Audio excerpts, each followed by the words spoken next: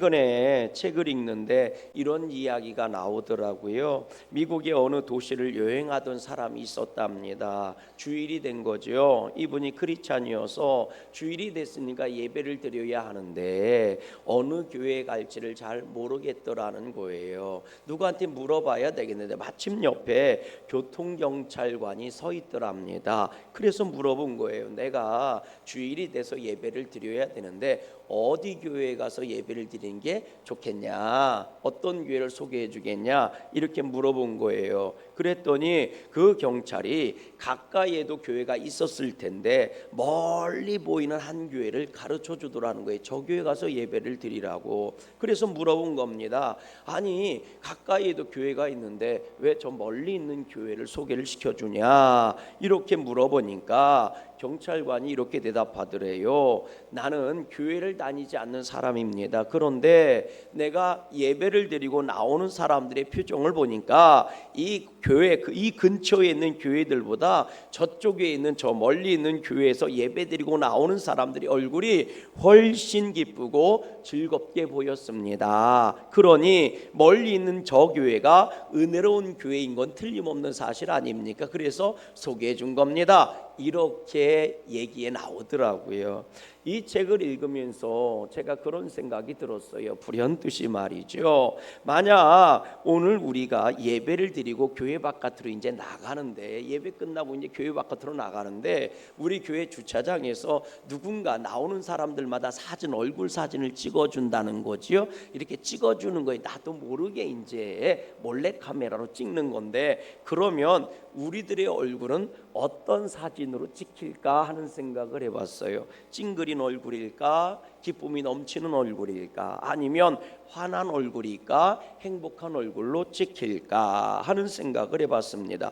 바라기는 우리 양구감리교회 성도님들은 사진을 안 찍어도 나갈 때는 환하게 웃으며 나갔으면 좋겠습니다. 아멘. 여러분, 정말 내가 믿음의 사람이라면 정말 내 안에 은혜가 넘치는 건 당연한 것이고, 정말 내가 교회를 다니는 주님을 만난 사람이라면 기쁨이 있는 것이 당연한 것이고, 정말 주님과 교제하는 사람이라면 그 안에 감사가 있는 것이 당연한.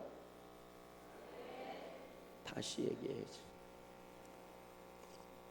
여러분, 정말 우리가 예수님을 믿는 사람이라면 우리 안에 기쁨이 있는 게 당연한 것이고, 정말 우리가 하나님과 교제하는 사람이라면 그 인생에 감사가 있는 게 당연한 것이고, 정말 우리가 믿음의 사람이라면 은혜가 넘쳐나는 것이 당연한 줄로 믿습니다. 믿음의 사람은 달라도 뭔가 좀 달라야 하는 것이고, 은혜 받은 사람은 그 얼굴부터 달라 보이는 것 아니겠습니까? 여러분, 성탄절이 가까이 오고 있어요. 그렇다면 성탄절이 어떤 날입니까? 아기 예수님께서 인류를 구원하시고자 이 땅에 태어나신 역사적인 날이고 축복의 날이 되는 줄로 믿습니다. 그래서 성경은 뭐라고 증거해요? 하늘에는 영광이요, 땅에는 뭐라고요? 평화로다. 아멘. 오늘 왜 이러지? 여러분의 성경은 뭐라고 얘기해요? 예수님 탄생을 일컬어서 하늘엔 영광이요, 땅에는, 그렇지, 평화로다, 이렇게 증거하고 있는 것 아닙니까? 예수님께서 이 땅에 오신 것은 분명 하늘의 영광이 되는 날인 것은 틀림없어요. 왜냐하면 예수님의 탄생으로 말미암아 천군 천사들이 하나님께 영광을 올려드렸다고 말하고 있으니까요. 그렇다면 여러분, 주님의 오심이 오늘 이 땅에는 진정으로 평화가 되고 있을까요? 정말 저와 여러분 안에는 주님의 오심이, 기쁨이 충만한 그런 복된 날이 되고 있느냐 하는 겁니다. 혹시 너무나 세상 즐거움에 익숙해진 우리들은 성탄의 기쁨을 잊어버리고 있는 것은 아닐까요? 마치 조미료에 익숙해진 그 입맛이 가장 맛있게 먹어야 될 그 음식이 맛이 없게 느껴지는 것처럼 말이죠. 정말 안타까운 것은 오늘날의 성탄절은요, 예수님을 잃어버린 성탄절 같이 보입니다.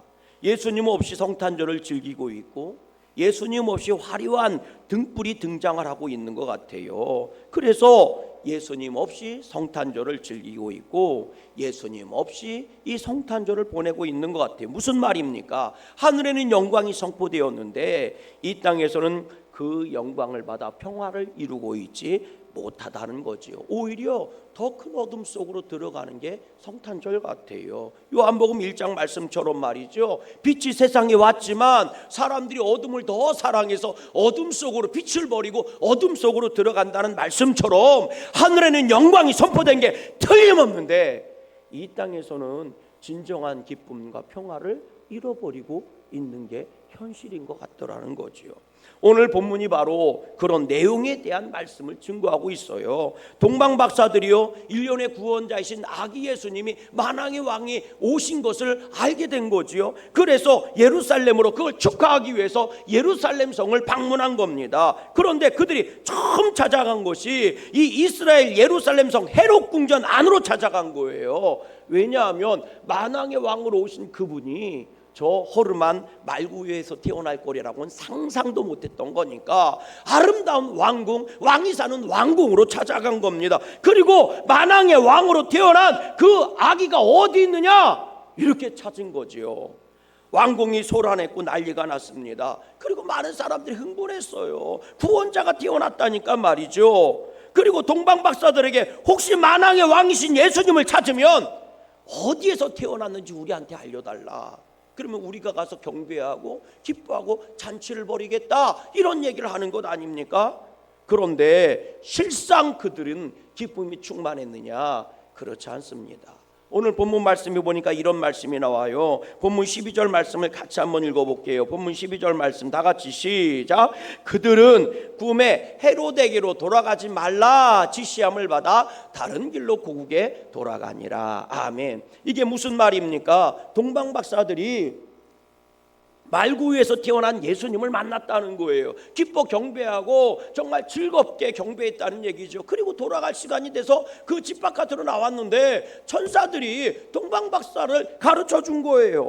꿈속에서 가르쳐 준 겁니다. 헤롯에게 가지 말라는 거예요. 다른 길로 고국으로 돌아가라는 얘기입니다. 무슨 얘기입니까? 예수님이 어디서 태어났는지, 예수님이 어디 계시는지 헤롯 왕에게 알려주지 말라는 거예요. 예루살렘으로 가서 가르쳐 주지 말라는 겁니다. 그래서 그들이 정말 그 궁전에 들르지 않고 다른 길로 고국으로 돌아간 거예요. 왜 그랬을까? 동방박사들이 보기에는 헤롯 왕과 그의 신하들이 만왕의 왕으로 태어난 성탄절을 기뻐하고 즐거워하고 소망한 것처럼 보였지만 실상은 예수님을 죽여버리려고 작정했다는 것을 모르고 있었던 거죠. 그러니까 천사들이 가르쳐 준 겁니다. 글로 가지 말고 절로 가라. 절로 아니라 그쪽으로 저쪽으로 가라는 얘기지요. 그리고 실제로 헤롯 왕은요, 본문 16절 말씀을 보니까 이 헤롯 왕이 동방박사들이 기다려도 오지를 않으니까 이것들이 배신을 했구나, 이것들이 나를 속였구나, 그리고 분노합니다. 화를 터뜨립니다. 그리고 나서 군사들을 베들레헴으로 보내는 거예요. 2살 아래의 모든 남자아이들을 다 죽여버리는 끔찍한 일을 벌이는 겁니다. 이게 바로 성탄절을 죽음의 날로 바꾼, 죄악의 날로 바꾸어버린 최초의 사건입니다. 하늘의 영광이 선포되고 땅의 평화가 주어지는 날이 성탄절을 죄와 죽음과 통곡의 날로 바꿔버린 거지요. 그런데 이 모습이 오늘 성탄절의 모습과 너무 비슷한 거 있지요. 사람들은 겉으로 보기에는 아기 예수님의 탄생을 기뻐하고 즐거워하는 것 같습니다. 여기저기 흥겨운 캐롤송이 들려오고 여기저기 사랑의 고백이 난무합니다. 그런데 정작 예수님은 찾아봐도 없어요. 아니, 의식적으로 예수님의 이름을 피하려고 하는 것 같아요. 이제 사람들이 뭐라고 소리 지르는 줄 아십니까? 성탄절은 더 이상 기독교만의 축제가 아니다, 모든 인류의 축제다. 그래서 더 이상 성탄절의 주인공은 아기 예수가 돼서도 안 되고 교회가 돼서도 안 된다. 모든 사람들이 성탄절의 주인공이 되어야 한다라고 부르짖고 있습니다. 좋지요. 성탄절은 가족과 함께. 얼마나 아름다운 말이에요. 성탄절은 기쁘고 즐겁게 사랑하는 연인과 함께. 얼마나 아름다워요. 성탄절에는 서로 사랑하는 사람과 선물을 주고받고 메리 크리스마스는 거 얼마나 행복해요. 예쁜 옷 입고 데이트하는 거 얼마나 좋아요. 저는 여러분들이 성탄절 그렇게 기쁘게 보내실 수 있길 주의 이름으로 소망합니다.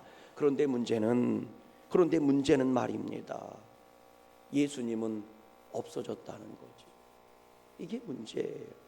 요즘은 어린이집이든 학교든 유치원이든 방송국이든 성탄절이 되면 수없이 많은 산타들은 등장을 하지만 예수님, 아기 예수님이나 마리아나 요셉이나 이런 것들은 등장하지 않아요. 왜? 특정 종교를 편파적으로 보도해서는 안 되기 때문이랍니다. 예수님이 없는 성탄절을 즐기고 있는 거죠. 그리고 세상은 말합니다. 예수님이 없어야 모든 사람들의 즐거운 성탄절이 될 수 있다고 말입니다. 그런 의미에서 오늘 본문에 등장하는 동방박사의 선물 이야기는 매우 귀중한 교훈을 우리에게 주고 있는 거예요. 오늘 동방박사가 아기 예수님께 엎드려 드린 선물이 무엇이랍니까? 본문 11절 말씀을 같이 한번 읽어봅니다. 본문 11절 말씀 같이 큰 소리로 읽어봐요. 시작. 집에 들어가 아기와 그의 어머니 마리아가 함께 있는 것을 보고 엎드려 아기께 경배하고 보배압을 열어 무엇과 무엇이래요? 황금과 유향과 모략을 예물로 드렸다. 무엇을 드렸대요? 황금을 드리고 유향을 드리고 모략을 드렸대요. 왜 하필 동방박사들은 아기 예수님께 황금을 드리고 유향을 드리고 모략을 드렸을까? 어떤 분이 그러더라고요. 목사님, 그거는요, 제가 생각할 때는요, 가장 그 시대에 값 나가고 귀한 물건이 그것이 아니었을까요? 황금은 여전히 비싼 것이니까 오늘날도. 그리고 그 시대에는요, 가만히 보니까 유향과 모략도 엄청 비싼 거더라고요. 그러니까 가장 비싼 거를 가지고 예수님께 드린 것 아닐까요? 라고 대답을 하시는데 맞습니다. 맞고요. 맞습니다. 틀린 얘기 아니에요. 그 시대의 황금은 지금이나 옛날이나 엄청 비싼 것이고, 그리고 그 시대의 유향도 엄청 비싼 거예요. 그리고 모략도 엄청 비싼 겁니다. 동방박사들이 아무렴 싸구려를 준비해 갖고 보배압에 담아왔겠어요. 보배압에 돌멩이 집어넣는 사람은 없습니다. 보배압에 싸구려 들고 갖고 오는 사람 없어요. 당연히 값비싼 것이 맞습니다. 동방박사들은 자신들이 준비할 수 있는 최고의 선물, 자기들이 구할 수 있는 가장 값진 것을, 비싼 것을 준비했을 거예요. 그것은 그 시대에 정말 귀한 것이고 값나가는 물건이었을 겁니다. 그러니 그것을 보배압에 담아서 예수님께 와서 드린 것 아니겠습니까? 맞는 얘기예요. 그런데 제가요, 책을 주석서를 여기저기 찾아보니까 단지 이 세 가지 예물이 비싸기 때문에 선물로 드려진 것만은 아니라는 겁니다. 그 의미, 상징적인 의미가 있다는 거죠. 왜? 이 세상에는 비싼 것이 굉장히 많아요. 황금만 비싼 거 아니에요. 다이아몬드도 비싸고요, 아주 그냥 진주도 비싸고요. 목사님이 어떻게 알아요? 내가 없는 거 보니까 비싼 거예요. 내가 없는 거 보니까 비싼 거예요. 그러니까 그거는요, 그 시대에 비싼 거, 지금도 마찬가지. 비싼 게 한두 가지입니까? 엄청 많은 거예요, 비싼 거는. 그런데 왜 앞에는 그 많은 비싼 것들 중에서 황금과 유향과 모략이라는 거지요. 그게 가지고 있는 상징적 의미가 있다는 거예요. 마치 뭐와 같으냐면요, 장미 한 송이는 불타는 정열의 사랑을 의미하는 것이고, 뭐 신부가 하얗게 입는 드레스는 순결한 사랑을 의미하는 것. 입어보지 봤어야 알지 뭐.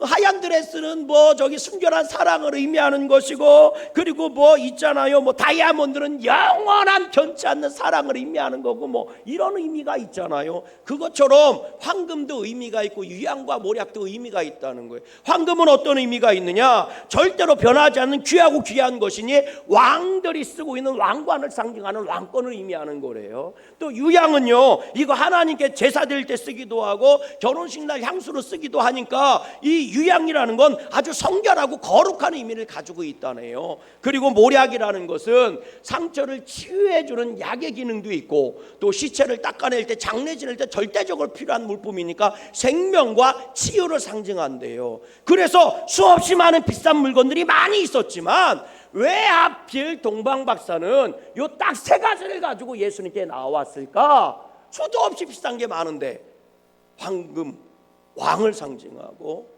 유향, 거룩과 성결을 상징하고, 그리고 모략, 치유와 생명을 상징하는 고백이 담겨 있다는 거예요. 그래서 당신은 우리에게 하나님이 주신 최고의 선물입니다. 당신은 우리의 왕이시며 우리를 치유하시고 생명을 주시며 우리를 성결하게 구원해 주시는 우리의 왕, 우리의 그리스도이십니다. 이 고백을 담아 드렸다는 거예요. 그러니 황금이 중요한 게 아니고 유향이 중요한 게 아니고 그게 얼마짜리인가가 중요한 게 아니라 그들이 주님께 나올 때는 기뻐하고 기뻐하며 당신은 나의 왕이십니다. 나의 생명이십니다. 나의 구원자이십니다. 고백하며 나온 그 고백이 귀한 고백인 줄로 믿습니다. 그렇습니다. 그런데 오늘 우리들은 그런 예수님을 잃어버리고 있다는 거예요. 예전에 크리스마스가 불과 일주일 남겨두고 호주에서 전자제품을 파는 그런 회사가 광고를 TV에 대대적으로 난 광고가 문제가 됐던 적이 있답니다. 제가 영상을 찾아보려고 애써봤는데 못 찾겠더라고요.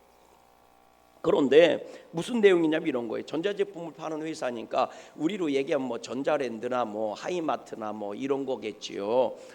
그런 데서 이제 성탄절을 앞에 두고 대대적으로 광고를 일주일 전에 TV 광고를 한 거예요. 그 TV 광고가 마구간에서 아기 예수님 태어난 장면을 패러디해서 나온 건데 광고 내용이 이렇답니다. 마리아가 마구간에서 아기 예수님을 낳은 후에 말구 위에 놓인 예수님께 동방박사들이 나와서 예물을 드리는 거예요. 황금도 나와서 드리고 유향도 나와서 드리고 모략도 나와서 드린 거예요. 여기까진 좋아요. 그런데 그 광고 마지막에 예상치 못한 반전이 있었는데 이것 때문에 호주의 크리스찬들이 난리가 났었던 거랍니다.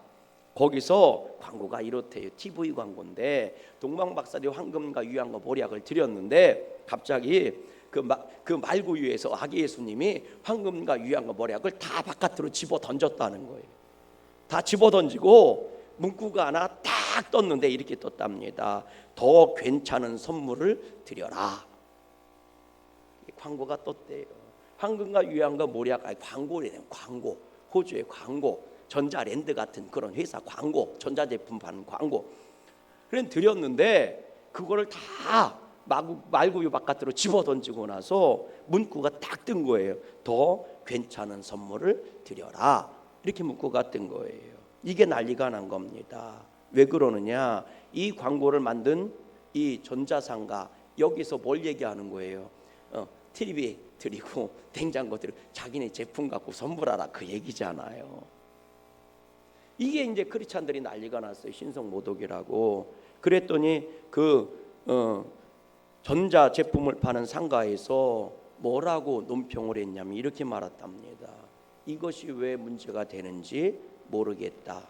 이것은 그저 광고일 뿐이다. 이렇게요. 그 심각성을 모르는 거죠. 여러분, 성탄절이 싸구려가 되고 있다는 사실을 알고 계십니까?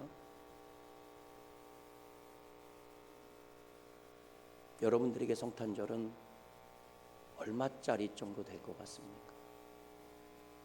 성탄절은 가족과 함께 아름다운 얘기지요. 성탄절은 아름다운 데이트의 시간, 좋은 얘기지요. 그렇게 됐으면 좋겠어요. 그런데 여러분, 예수님 때문에 행복한 가정이 되어야 하는 거고 예수님으로 말미암아 그 기쁨이 가정의 기쁨이고 사랑의 기쁨이 되어야 하는 겁니다. 그게 성탄절입니다. 성탄절의 주인공은 예수님이세요. 그리고 예수님을 영접한 기쁨이 내 가정의 기쁨이 되어야 하고 우리의 기쁨이 되어야 하는 겁니다. 근데 믿음의 성도들조차도 성탄절은 가족과 함께랍니다. 아니요, 성탄절은 예수님과 함께가 맞습니다. 거기부터 다시 기쁨이 시작되어야 하는 겁니다. 사랑하는 성도 여러분, 성탄절 아기 예수님께서 태어나신 날 주님께서 저와 여러분들에게 정말 원하시는 선물이 있다면 그게 무엇일 것 같습니까? 황금 한 주먹 쥐어드리면 기뻐하실까요? 아니면 세상에서 가장 아름다운 향기를 내는 향수 한 병 안겨드리면 기뻐하실까요? 그것도 아니면 만병통치약 그냥 약 한 사발 갖다 드리면 좋아하시겠습니까? 여러분 정말 재밌는 거 뭔지 아세요? 놀라운 게 뭔지 아세요? 예수님은 일생 동안 이 세 가지 예물을 단 한 번도 사용하신 적이 없다는 겁니다. 예수님이 황금을 바르셔서 멋진 옷을 해보신 적이 없습니다.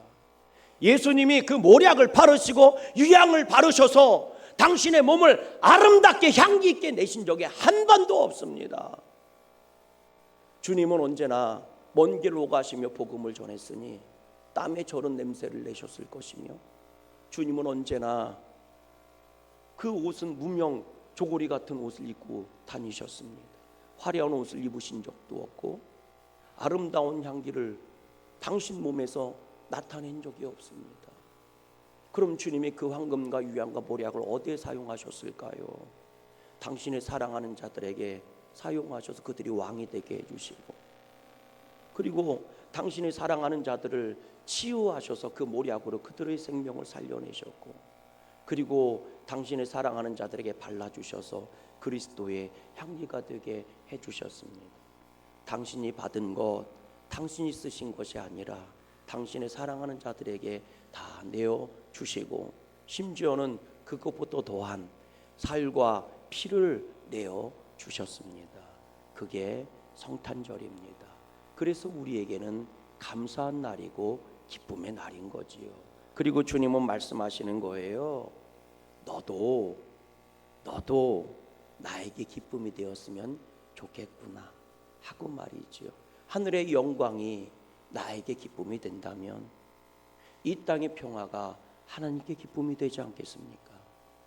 하늘의 영광이 우리에게 기쁨이 되는 거라면 이 땅의 평화가 하나님께 기쁨이 되지 않겠습니까? 우리 본문 10절 말씀을 같이 한번 읽어볼게요. 본문 10절입니다. 같이 읽습니다. 시작. 그들이 별을 보고 매우 기뻐하고 뭐하더라? 기뻐하더라. 예루살렘 성에서 이 동방박사가 나왔어요. 동쪽으로 가야 할까 서쪽으로 가야 할까 어디로 가야 할지 몰라요. 그런데 자신들을 지금까지 인도해왔던 별이 다시 떠오른 겁니다. 그 별이 자신들을 다시 인도해 주기 시작한 거예요. 그 별이 예수님 계신 곳에 멈춘 거예요. 그 별을 보고 아직 예수님을 만난 것도 아니에요. 아직 예수님께 경배를 드린 것도 아닙니다. 근데 그 별만 보고도 그 동방박사들은 기뻐하고 기뻐했더라. 기쁨이 충만했다는 거예요. 예수님을 만날 생각에, 예수님께 경배 드릴 생각에, 예수님께 자신들이 준비한 선물을 드릴 생각에 그들은 기뻐하고 기뻐했더라. 오늘 우리의 시간이 그 기쁨 있는 시간이어야 하는 겁니다. 성탄절보다 성탄절을 준비하는 시간이 더 기쁜 시간인 거예요. 더 설레이는 시간인 겁니다. 그리고 예수님께 내가 무엇을 드릴까? 예수님께 내가 어떻게 예배를 드릴까? 예수님을 내가 어떤 모습으로 만날까? 그걸 준비하는 그 시간이 설레임의 시간이고 감사의 시간인 겁니다. 그래서 동방박사는 어떻게 합니까? 기뻐하고 기뻐했더라. 요즘 성탄절 준비 열심히 하시는 여러분들의 모습이 주 안에서 복된 모습인 줄로 믿어요. 어쩔 수 없이 하는 성탄절 준비일 수도 있고, 할 수 없이 하는 성탄절 준비일 수도 있고, 남들 다 하는데 안 할 수 없어서 하는 성탄절 준비일 수도 있을 것입니다. 그런데 저는 원합니다. 그 시간이 여러분들이 기뻐하는 시간이었으면 좋겠어요. 깔깔호 웃으면서 행복한 준비하는 시간 됐으면 좋겠습니다. 우리가 성탄절날 라면 한 박스 이웃들과 나누기 위해서 준비해오는 그 시간이 설레임의 시간이고 기쁨의 시간이었으면 좋겠어요. 그래서 그저 그런 성탄절이 아니라 기쁨으로 준비되는 축복의 성탄절이 될 수 있기를 주님의 이름으로 간절히 소망합니다. 우리